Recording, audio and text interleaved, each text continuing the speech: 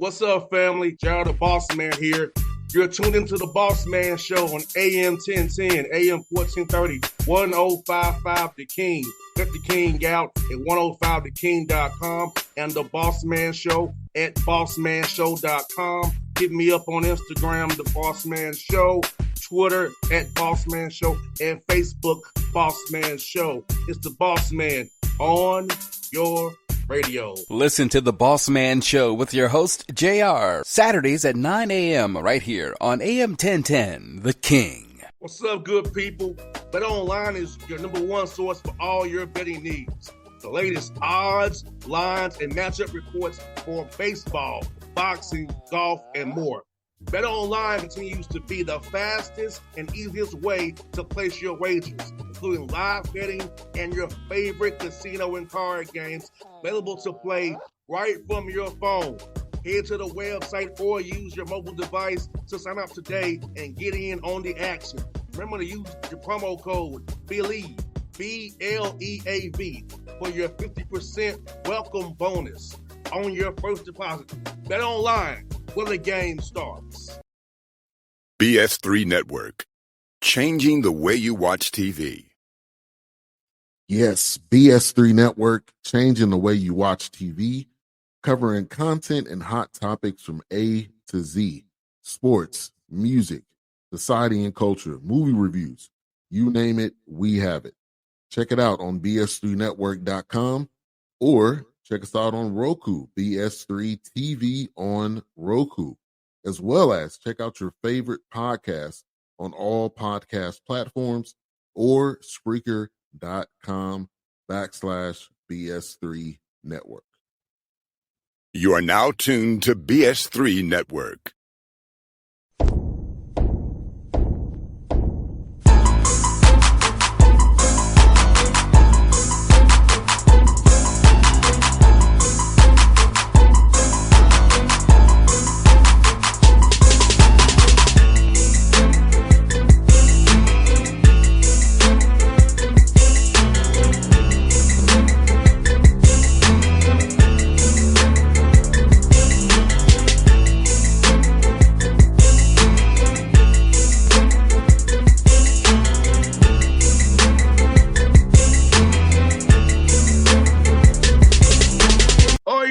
Back on the Bossman Show, a friend of the show, Coach Marlin.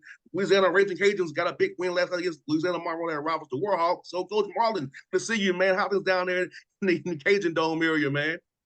Everything's good. As we talked about before we came on, the sun's out, the team's winning, and things are going well. And, Coach, you got to be happy with your team last night, winning against Monroe, the Warhawks with your rivals, and They made some runs at you, and your team stood those runs and kept the lead, extended the lead as well without those runs. Talk about that towards your team last night, man, beating your rivals, man. It was a big game for us because we've been playing well, and we got to remember to keep doing the things that we've done to put us in this position. And Monroe had won 3 in a row coming in. They're our rival in conference, and they've got a tough team. Coach Richard's been there for a long time. We're actually the top 2 winningest coaches in Sunbelt history, and he is always brings a good team down here. So we knew we'd have to fight him till the end, and we were able to hold them off. The game was pretty much in check the whole night, but it did go from 19 down to 10, I think, late. Then they scored at the end to make it 8. And, Coach, what I see, like I was talking about this as well, Coach, you're back on scoring again. You got 5 guys, double figures on your roster, stats-wise. Last night, 4 of them, again, double figures, 19 apiece. And you had my man doing a good job, but 19 for you, Gobi doing a good job, Joe doing a good job for you, man. So it's about just having that balanced scoring where teams can just key in on one guy. You cause them conflict and look for guys who can score that ball on all 3 levels of the court there, Coach. We were asked this question last night in the press conference post-game, and it's nice to have a guy that can go get 30, 25 or 30 any night. But when you have 5 guys that average 10 and one of those guys or 2 of those guys gets 25, it's the same thing. So we really like our balance. We've got a good team. You know, the strength of the team is the team. And these guys play together. You know, they're connected. last year's group was really connected, and this group, I think, is connected even more. So we're not quite as talented as we were last year. We don't have any seniors on our roster. First time in 50 years we haven't had a senior. And in today's time, that's really uncharacteristic because of all the grad students, the COVID extra years, the transfers. But we've got a tight group that's been together for a few years, and they're playing well.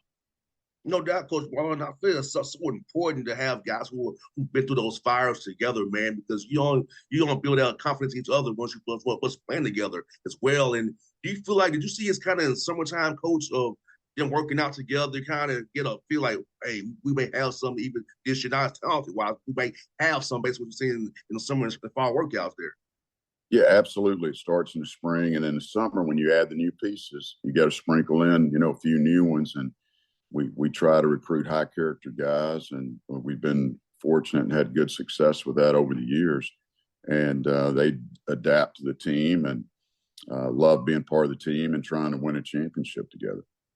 No doubt. And Coach, also, man, you went 7-5 with non-league play, and that's growing 500. Talk about that, preparing your guys for the Sun Belt, seeing different styles of play, playing some road games, some different side games, so you can get ready for this gauntlet of the Sun Belt, which you've got off to a hot start so far.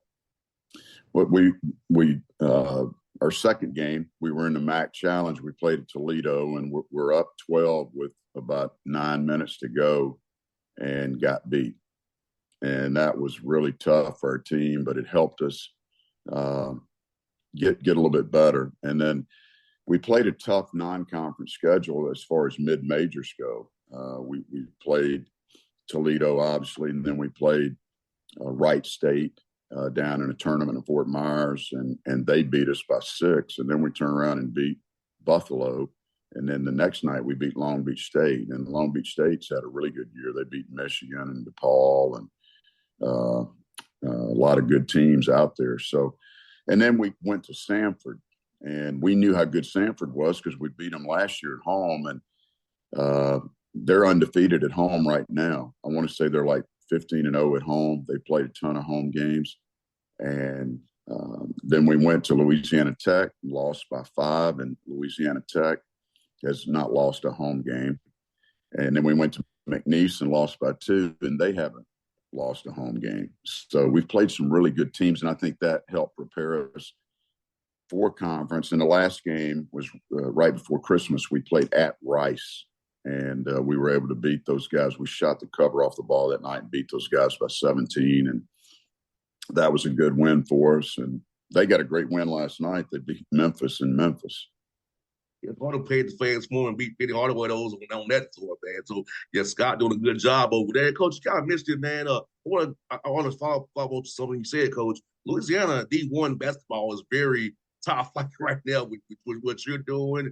Dante doing it, Grambling, the young man down at Nichols down there. Dave does a good job South Louisiana. Of course, Will Wade and McNeese, all those talents. So talk about how many great coaches you are in Louisiana and how the basketball D1 down there is so top notch right now. Yeah, I'll tell you one thing about Louisiana. We are having a great year this year. A lot of teams are playing good basketball, and that's good to see because when that happens, it just strengthens the whole state. From a basketball standpoint, it really helps the younger guys, in my opinion. So we're excited to continue to play well and stack it up against these other teams. And one thing our group does, we have a organization called Louisiana Association of Basketball Coaches, and every coach in the state from a college level, doesn't even have to be the Division I level, but from NAIA level, junior college, we get together in the spring for a day and have meetings, and we really push and support each other. And I think it's showing this year. 100%, Coach. You know what, Coach, as well, man, for you, when you got a non-league play, come off of Christmas break there, kind of talk to me about what kind of switch went on for your team's head to kind of figure it out and play well and kind of said gel the right way. Because I know this is the most fun time of year for us, Sun Belt play, getting ready for that tournament down there in Pensacola, man, in March there here. Yeah, well, we opened up at Marshall in conference play this year, and I guess it was the 30th, right at the end of the year. And those guys, we had beaten them here to win 10 in a row last year in a great game, and we were neck and neck with them in a conference race, and we wound up getting a 2 seed. They got the 3 seed in the conference tournament. So they were waiting on us for sure. They were in the weeds waiting, and we just got blitzed, really. We didn't play well at all. We didn't shoot the ball, and we got beat by 14 points, and we're never really in the game. And then coming back and playing James Madison at home, who was ranked in the top 20. We're down 1 and got the ball the minute to go and don't finish it. Can't win. It broke our home winning streak, which was the second longest in the nation at the time at 19 games. But the conference games have been tough, and we've got some tough ones left, and we're excited about starting the second half. Last night was the first game of the second half. And Coach Marlin, also, man, close games you've been having. I both know you can't really practice to do this in practice, but these close games. So it's getting your guys' experience playing close games now. It's going to February and March, getting the confidence to execute, you teach them on the film what to do for us to those blackouts, finding an open man, taking the right shots, and doing the right rotations and scout discipline. About that, man, getting your team experience for these close games, come on the right side of these wins, and as we get the games become more important down the stretch here. They're extremely important. The special situations are huge in a close game. And fortunately, last year and this year, we haven't had many close games where it's come down the last possession. The McNeese game did this year, but we've not had that very often. So I like being prepared every day in practice. We work on those things. We work on free throw blockouts, as you said, pressure free throw blockouts almost daily. And when we're ready, when we need it, I think we'll be ready. But so far we haven't needed it. We've won several games by double figures. And Coach, while I talk about Kobe, man, I know he's one of your top flight scorers, man, and talk about what he's meant to your program on and off the floor and his leadership skills for his teammates. He's done a great job for us. He's been with us a long time. He's overcome several knee injuries, and he's playing at a high level. He was all conference 2 years ago, and people forget about that. And then got hurt, missed part of the last year. He came in conference play, came off the bench for us. And then when we got to the NCAA tournament, played Tennessee, he jumped up and scored 15 points off the bench in about a 3-minute span, which really helped us stay in that basketball game. So I can't say enough about Kobe. He's a leader. He works hard. He's a great young man. Got a degree in business, working on his MBA, and he's having fun because he's sat on the sidelines for a long time, and now he's out there playing and having good success and really shooting the ball at a high level. And Coach, your team's doing a good job of shooting as well. 37% from threes, and it will just make a defense have to decide whether we're going to close out hard or short. So give you open that dribble drive for you as well. So talk about getting those young men shooting the ball, shooting it well from threes, so you call it defense conflicts. So they have to decide what they're going to do with all your scorers out there. Well, we work on three-point shooting every day, obviously, and as well as free throws, and we've done a good job with both of those to date. But I think it's important that the guys spray it around and make the extra pass, and I think, again, being connected, this team's super connected. I think that makes it easier to give one up, a good one for a great one. And last year we were really good shooting a three-point shot, and we played through the post for the most time. We throw it inside of Jordan Brown, and then people would collapse it, double or even triple team, and then we kick it out. And I think in the middle of February last year, we were number 2 in the country in three-point field goal percentage. And we didn't take a ton, but when we took them, we made them.